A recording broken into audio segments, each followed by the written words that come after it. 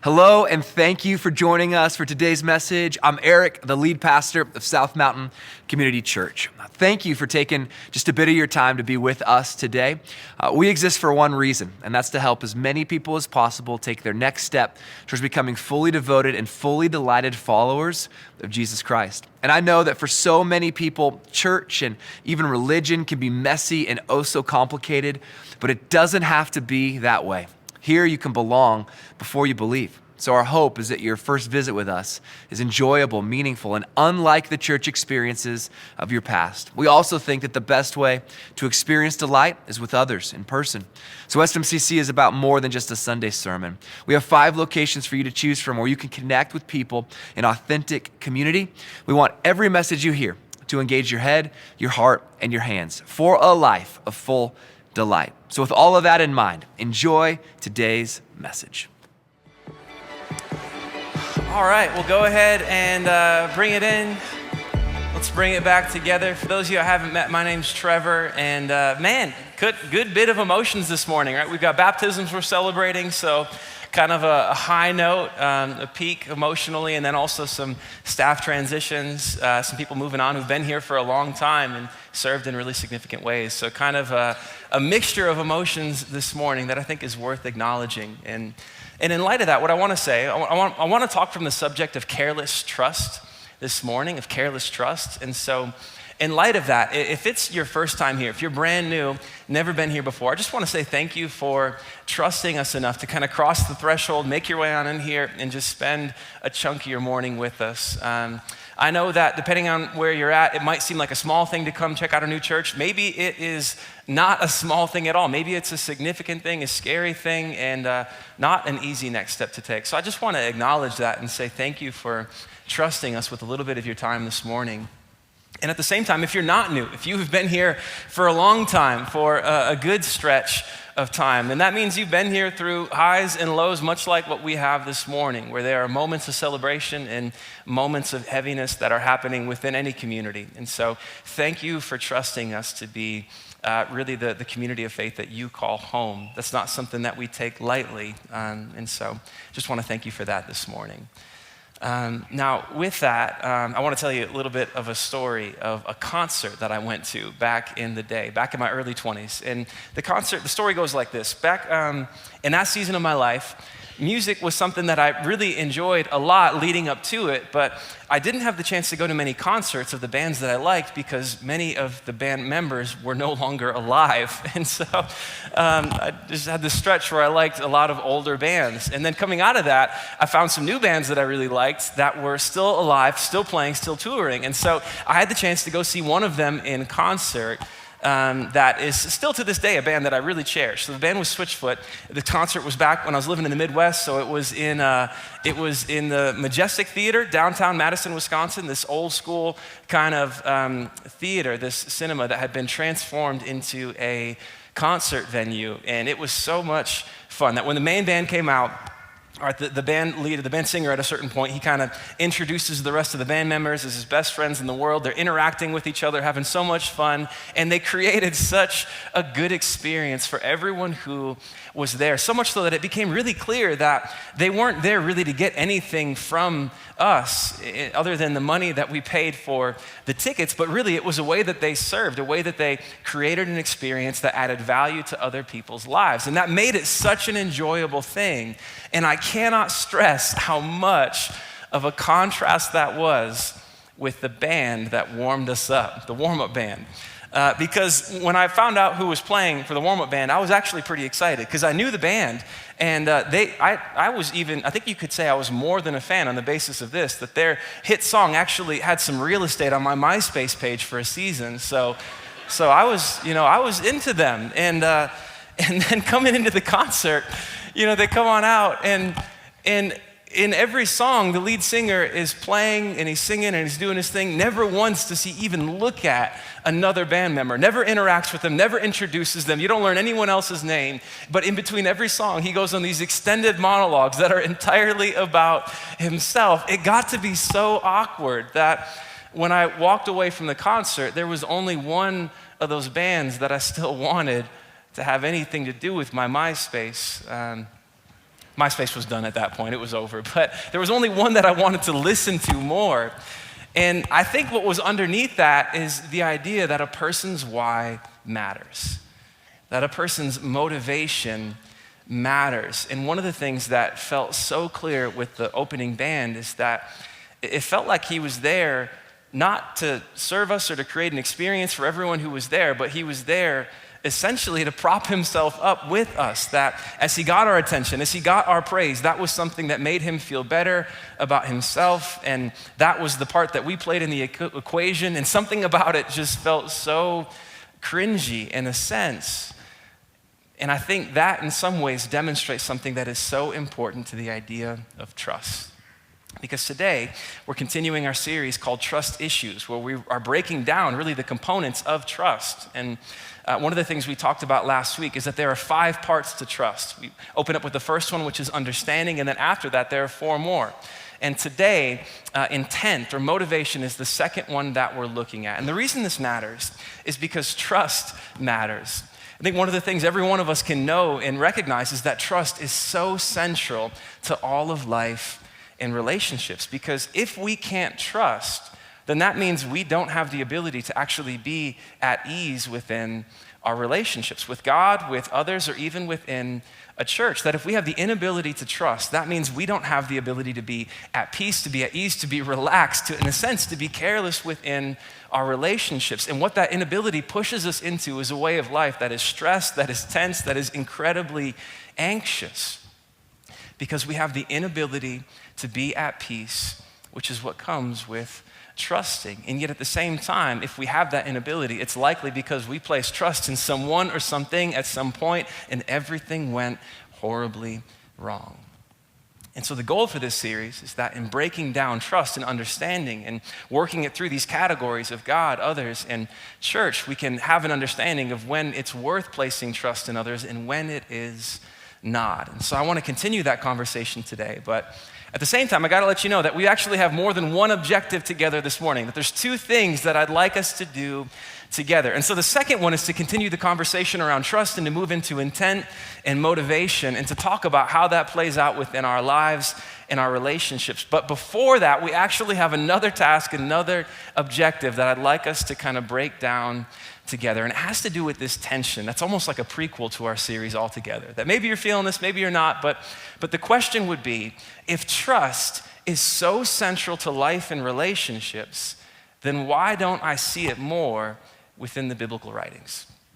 If it's such a predominant theme, if it's so central, if it is the ability to even breathe and be at ease within relationships, if it's that dominant of a theme, then why doesn't the Bible talk about it more? Why is it not a central theme there? And what I'd like to do is really let our first objective, our first task be to answer that question so that when we get to the second half, we can all come to the table together to see how intent plays such a central role within trust. So if we could this morning on the first task, I'd like to ask your permission. What I'd like to do is just go to the classroom together for a little bit. If I could, I want to get my whiteboard, and just because it's fun for me. And also, I think it'll be helpful for the conversation. So we'll get to this in just a minute. What I want to do is something called a word study. And here's why. So question is, why don't we see trust more within the Bible if it's such a dominant theme within our lives? So I want to show you one place we do see trust within the Bible. So this is Hebrews chapter 11, verse 1. It reads like this. It says,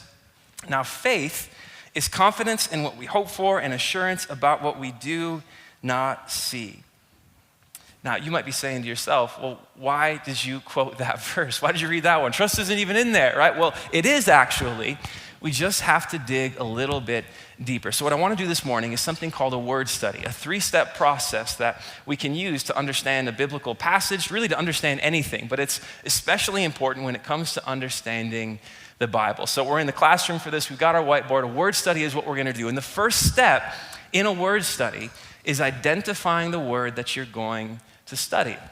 And so you want to pick a word that really carries weight, right? You want to pick a word that is significant, that's important, perhaps it's repeated. You want to pick a word that when it comes to the meaning of the sentence or the paragraph or the passage, the word that carries the most weight. And the question is, if we go back to this verse, Hebrews 11, chapter 1, which word carries the most weight? Feel free to help me out on this. Which one would you say?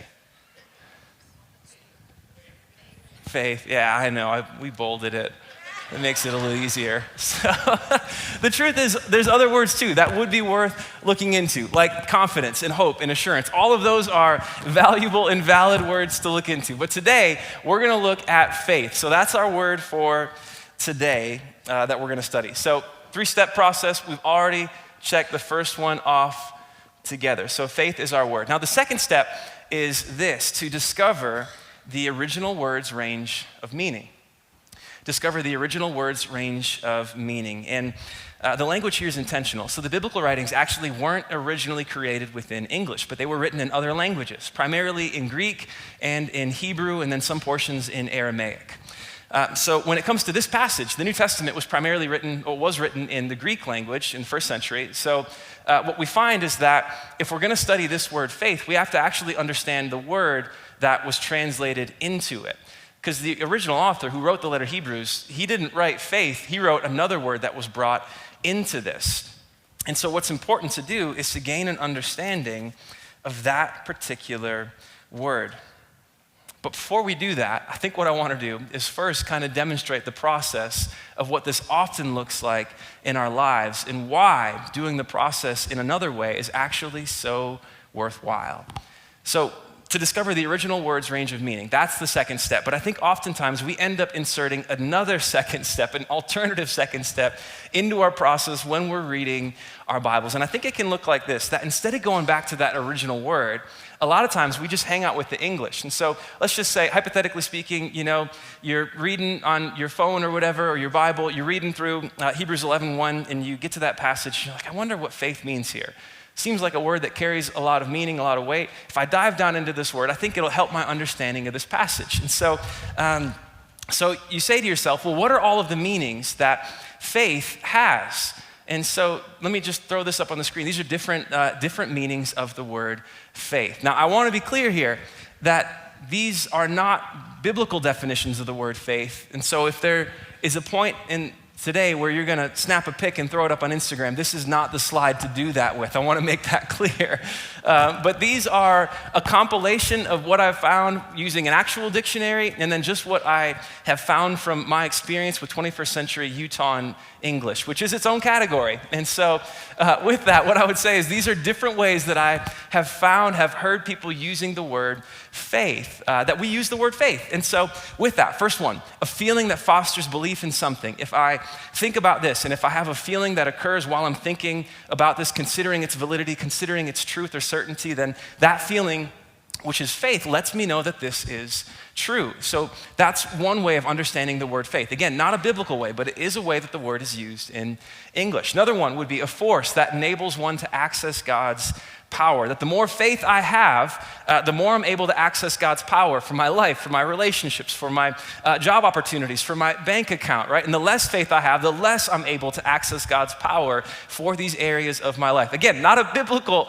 understanding of the word, but it is a way that the word is used. The third one is that it's firm belief in something for which there is no proof. That to have faith in something is to say, I believe this even without evidence, even when the evidence is against it. Once again, not a biblical understanding of the concept of the word, but it is a way that the word is used. And then fourth and fifth, fourth being allegiance to duty or to a person. That actually is a pretty biblical way of understanding the word. And then fifth, belief and trust in and loyalty to God. Trust and loyalty being sort of central to that understanding. So here's, I think, a lot of times what can happen when we're reading the Bible and we come across a word that we're not quite sure what it means. We think through all of these different meanings that we've heard, that we're familiar with, and then we just kind of pick whichever one seems to feel best, whichever one seems to fit best to us, and we insert that into the passage, and then that guides our understanding of what this is saying. And here's the trouble with that. That essentially when we do that, what we have done is we've discovered the range of meaning, not of the original word, but of the word that has been used to translate the original word into English. And so we've taken one of these meanings and applied it. And the trouble with that is we're discovering the range of meaning of the wrong word. So the word in Greek that actually is translated into faith is the Greek word pistis. And I swear to you, I did not just swear on stage. It's an actual word. So, but there's an overlap between them. So there's a point at which they do share meaning. And that is what makes translation possible. That's why this word can be used to translate that word.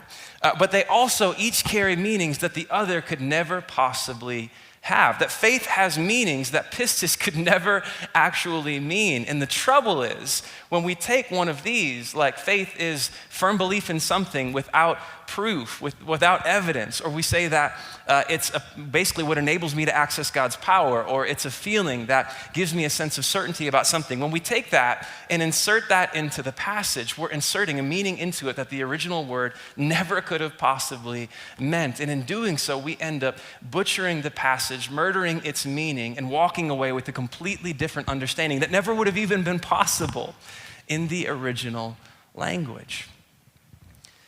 And so, it's worth looking into how to get the second step right. And I think one way to kind of, illustrate what this looks like is that imagine this scenario. Imagine there is sort of a teenager who just turned 16 and gets a car for their birthday. Not a new car, but let's say an old beater, and they get the keys to it, and it's all very exciting. And the kid has been responsible up until this point in their lives, and so the parent says to them, or the parents say, that, you have done a good job and you've been responsible, so we're going to entrust you the keys to this car.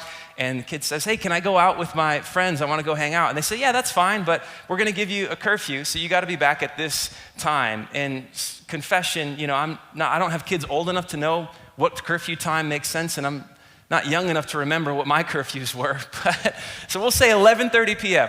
11:30 is the time they set. You got to be home at 11:30 p.m. And so the kid goes out, and they're hanging out waiting for the kid to come back, and it's 10 o'clock, it's 10:30, all fine, nobody's worried. It's 11, starting to wonder, are they gonna get home? It's 11:15, it's 11:24, 11:27. Where are they? 11:29.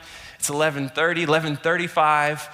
Man, they're late. It's 12, it's 12:30, it's 1:15.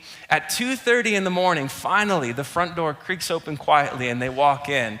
And the parents stand up off the couch and they're like, where on earth have you been? We said your curfew was 11:30. Why are you getting home 3 hours later? And the kid begins to explain himself, saying, well, yeah, okay, I know. Let me just explain. I know that you said my curfew is 11:30 p.m. And I know that one of the meanings of curfew is that it means be home before this time. But I was talking with my friends and they felt like curfew also means be home after this time. Don't be home before this time. And so I was thinking about what you said and I was trying to figure out what felt right. And it just seemed to me like curfew means don't be home before this time. So I was just trying to do what you said. And my question is there any household in this country, in the world, in which that explanation would fly? And I do not believe the answer is yes. And yet so often, unintentionally, we can end up doing the very same thing with the biblical writings when we take a word and we assign a meaning to it that never could have possibly been there, that it could have never possibly meant. And so, again, step 2 is all about really discovering the original word's range of meaning. Not the English word's range, but the original word's range of meaning. And so there's a variety of ways to do this. I would say that if you're in a small group here, small groups actually have the chance to kind of work through this process over the next week to see what that looks like. We also have our SMCC classes, quick plug. Making Sense of the Bible is our class that is all about how do you study the Bible. And they walk through word studies in that. So those will be kicking up in the fall. Which is an early plug that I'm giving you for that. But they walk through this process. But beyond that, there's resources like Blue Letter Bible, for example, is one that I utilize for this. So if you look at Blue Letter Bible, it's a website, and these are the 2 meanings that they offer for the Greek word pistis, that it's conviction of the truth of anything, belief. Beyond that, they go on to say that in the New Testament, conviction or belief respecting man's relationship to God and divine things, generally with the included idea of trust and holy fervor born of faith and joined with it. And I get that some of that language is a bit archaic, but central to that definition, to that understanding, is the idea of trust. And then beyond that, you see the second meaning, which is fidelity or faithfulness. It's describing someone as being reliable, someone who is trustworthy. So those are the 2 things that the Greek word pistis can mean in the New Testament, that it does mean. That's the summary of what it means within the New Testament writings. And so that's step 2, discover the original word's range of meaning. Now, step 3 is to determine what the word's meaning is in this context. And that's an important point, in this context, that it's not our creativity that determines meaning. It's not what it feels like it means to us that determines it. It's not what we think will make us sound more spiritual and intelligent to our friends that determines what it means, right? It's the context that someone who actually was a real person wrote this to a particular person or a group of people, and they meant something specific when they did, even when they chose this specific word. And the best clues that we have for understanding what that word means is everything else that they put around it, the context. And so if we kind of zoom out on Hebrews 11:1, take a couple of verses that come after it, what we see is this, that now faith is confidence in what we hope for and assurance about what we do not see. The verse is actually giving a definition of faith or of pistis. This is what the ancients were commended for. The rest of the chapter goes on to really honor different people throughout the Old Testament whose stories are recorded there for the ways that faith was central to how they lived their lives. And then we see in verse 3, by faith we understand that the universe was formed at God's command, so that what is seen was not made out of what was visible. Basically, we look at the world around us, we see that there is a design which indicates that there was a designer. And so this leads us to trust the understanding that there is a God who created all things. And so what we see is that faith is carrying the majority of the weight here in terms of meaning, not just for verse 1, but for verses 1 through 3, and even for the entire chapter, that it is the central theme of Hebrews chapter 11. And I think when we break it down and we look at the different meanings we had for pistis, one of the things that becomes clear is that it's not describing someone as being reliable or trustworthy. It's describing faith really as trust. That you could even substitute the word trust in for faith there. That trust is confidence in what we hope for and assurance about what we do not see. By trust, we understand these things. So I think you could break it down like this, that in this passage, the conclusion of our word study is that faith equals trust. To put it into our own messy handwriting words, that is what we find. So what that leads us to see, right? Again, first objective was to answer the question, if trust is so central to all of our life and relationships, then why don't we see it within the New Testament writings? Well, the answer is that we do. That it's actually one of the most central themes in all of the New Testament writings. Because for the most part, every time you see faith, the word pistis is underneath it. And what that's telling us is that trust is a central theme, not only to our lives and relationships, but even to the New Testament writings, which in a way, I think bolsters our ability to trust them because they accurately diagnose and define life as we know it. Okay, so with that, we can put the classroom away. And we'll come back and finish our conversation now, the second part of our objective for today, which is to talk about trust. Now that we see it's a central theme, how do we break it down and understand it more? And again, last week we talked about how when someone demonstrates the desire and the capacity to understand you, understanding being the first component, then that fosters, it fuels our ability to trust them. But that's far from the only thing that's necessary for trust. So in addition to that, we also see intent or motivation, that a person's why matters. Do they care about you or do they only care about themselves? So there's a couple of different ways we could have broken this down, right? Last week we looked at a bunch of different passages that showed how God sees us, how he hears us, he understands us, he knows us even better than we know ourselves. And his desire in the midst of that understanding is to connect with us. In some ways, we actually checked boxes 1 and 2 last week. So what I want to do this week, rather than looking at other passages that show the same thing, I want to look at a passage in which Jesus actually gets a little bit salty, that he says not to trust someone. He points to some of the most significant, most influential leaders in his day, and he says, you can't trust them. In their hearing, right in front of them, he says, don't trust them. And the reason why that he offers has everything to do with their motivation, with their intent. And so this is the passage, Luke chapter 21. I actually want to take it in 2 chunks. So Luke 21 reads like this. It says, as Jesus looked up, he saw the rich putting their gifts into the temple treasury. He also saw a poor widow put in 2 very small copper coins. And he says this about her. Truly, I tell you, he said. He's talking to a group of people. He's teaching in the temple courts in the city of Jerusalem. And he tells this to the people he's been talking to. He says, "Truly I tell you, this poor widow has put in more than all the others. All these people gave their gifts out of their wealth, but she, out of her poverty, put in all she had to live on." Now, if we only had that passage, you might take it and interpret it, and some even have done this and have taken it and taught and said that Jesus is honoring this woman for her generosity because she gave all that she had to live on, and so you should do the same. You should give everything away. And yet, to do so is to completely miss his point. Because in fact, he's saying something entirely different in this passage. And we see that when we just take into consideration what comes directly before it. Because in the chapter leading up to this, all throughout chapter 20, Jesus is teaching in these temple courts and people are listening to him. And in the midst of it, these religious leaders, they walk up and they begin to ask him questions. And it's not because they're curious and they want to know what his answer is. The questions are designed specifically to trap him, to force him into giving an answer that would discredit him with the people that he's teaching, the people that he's leading. And yet brilliantly, he turns the tables on them and answers in such a way that satisfies the question and actually puts them on the spotlight. And then afterwards, he continues to teach. And at the end of this chapter, just before this woman gives her 2 copper coins away, he says this. This is Luke chapter 20, verses 45 and 47. While all the people were listening, Jesus said to his disciples, "Beware of the teachers of the law." In other words, don't be relaxed in your trust with them. Don't be at ease. Don't be at peace in your ability to offer your trust to them. Don't be careless with them. Beware of them, because they like to walk around in flowing robes and love to be greeted with respect in the marketplaces and have the most important seats in the synagogues and the places of honor at banquets.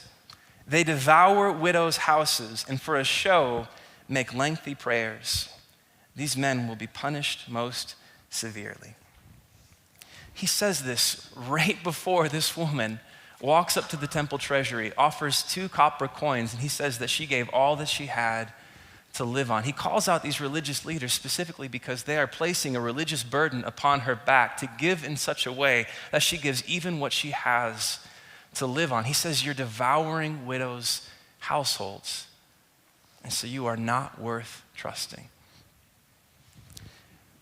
He's saying that you can't trust them because they care nothing for you. They love to be greeted with honor. They love to have flowing robes. They like to dress nice and drive something nice with the money that they have received, the money they've lined their pockets with off of your generosity by forcing it upon you. They love to do this, but they care nothing about you, and so they are not worth trusting.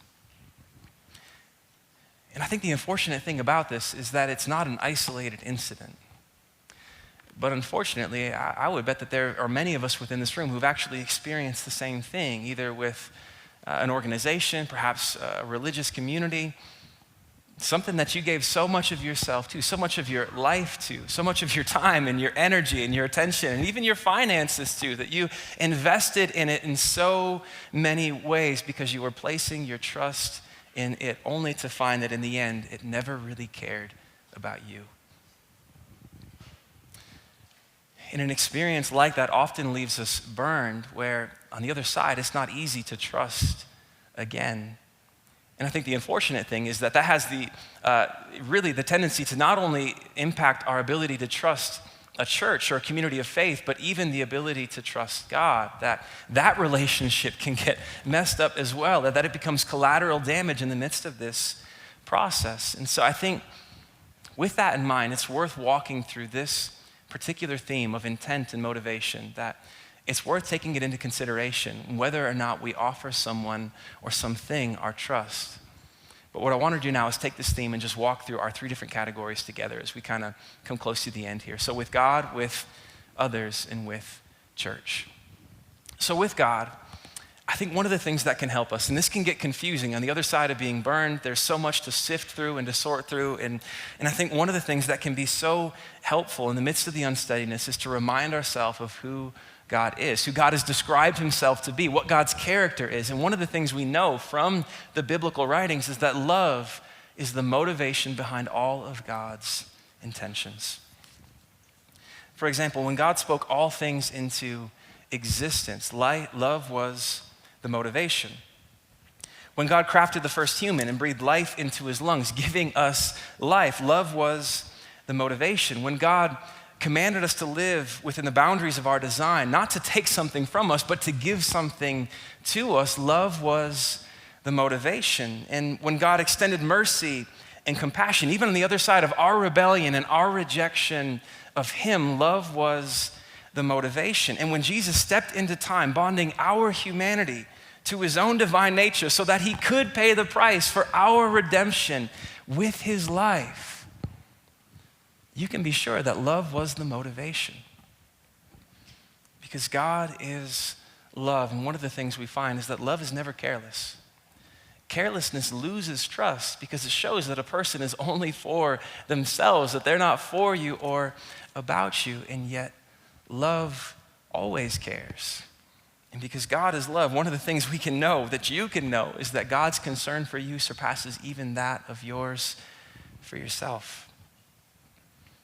And so one of the things we know is that God's love is motivation. And one of the clearest places we see this expressed is in John 3:16.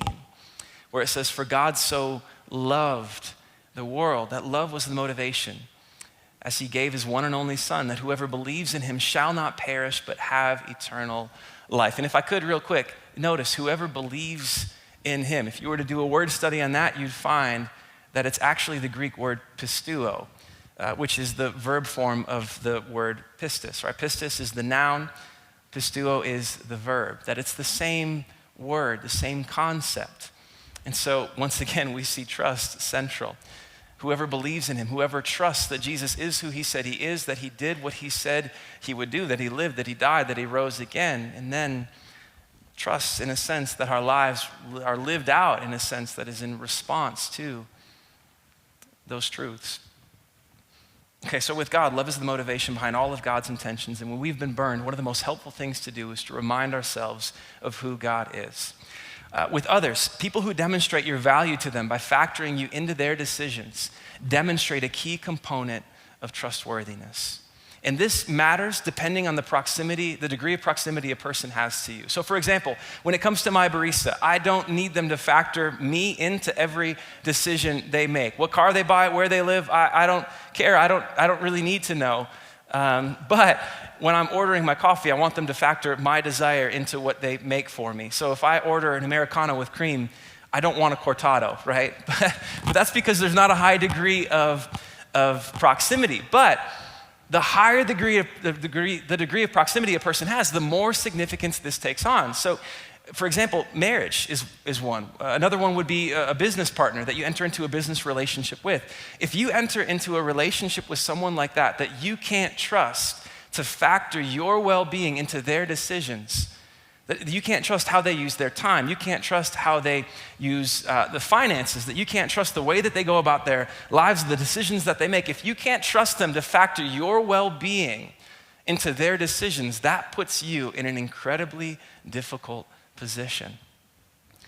And that's not to say that if you're in that state that all hope is lost, but it's more so just it's wisdom to take that into consideration on the front side of a relationship, to know that this matters, and that if someone doesn't do this, perhaps they're not worthy of trust in this way. And yet if they do, it's a sign that this person is trustworthy. Okay, so that's with others. And then the last one would be with church. A spiritual community that creates a culture of safe and patient belonging demonstrates a key component of trustworthiness. Some of us, we belong to church community, faith communities where you had to subscribe to a certain set of beliefs in order to belong. You had to sign on the dotted line to belong. You had to check certain boxes and perform in certain ways to belong. And if you didn't, then your experience within that entire community shifted drastically. And it was anything but pleasant. And we recognize that one of the most significant things that you can offer us here is your trust. That for you to make the decision to trust us is not a small thing, not a light thing, not an easy thing. And so we recognize that. And one of the ways that we work to earn your trust and to maintain your trust is by creating a culture of safe and patient belonging, where you can belong before you believe. And if you have doubts about these things, we can work through those things. It doesn't have to be something that causes a panic. We can chat about it. You don't have to be afraid of what's going to happen. Everyone has doubts at a certain point, and doubt can actually be something that leads us to truth. And so let's talk about it. If you have questions, we believe that questions deserve answers. If you don't subscribe to all of the beliefs that we have, that's fine. You can still belong and participate and be a full part of this community, because you can belong before you believe, and there is no expiration date on that. And that's one of the ways that we work to show that our motivation is for you, to create a culture where perhaps on the other side of being burned, you can begin to rebuild trust, not just with an organization, not just with others, but ultimately with God, so that we could have the chance even to celebrate that with you, just like we did earlier with the baptisms.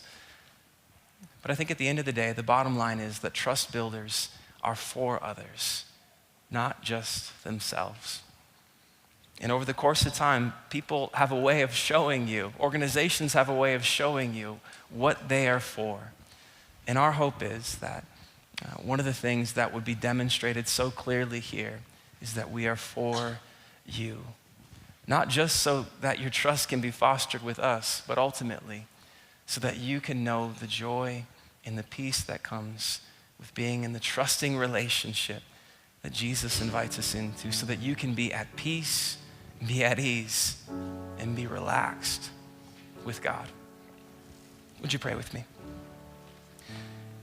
Jesus, we thank you for the time together this morning. Thank you for the chance to break down this concept of trust that is so central to not just our lives and our relationships, but even the way the biblical writings describe what life and relationships are like for us. And we thank you that you haven't left us in the dark, confused, wondering what your intent is, what your motivation is with us, but you have shown us that love is the motivation behind everything that you do, behind every action that you have taken towards us, so that we might know your heart, know what your posture is towards us, so that we could place trust in you and know the peace and the joy that comes with that.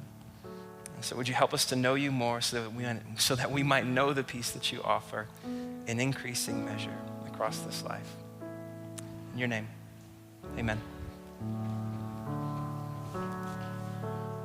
Thank you so much for joining us for today's message and trusting us with your time.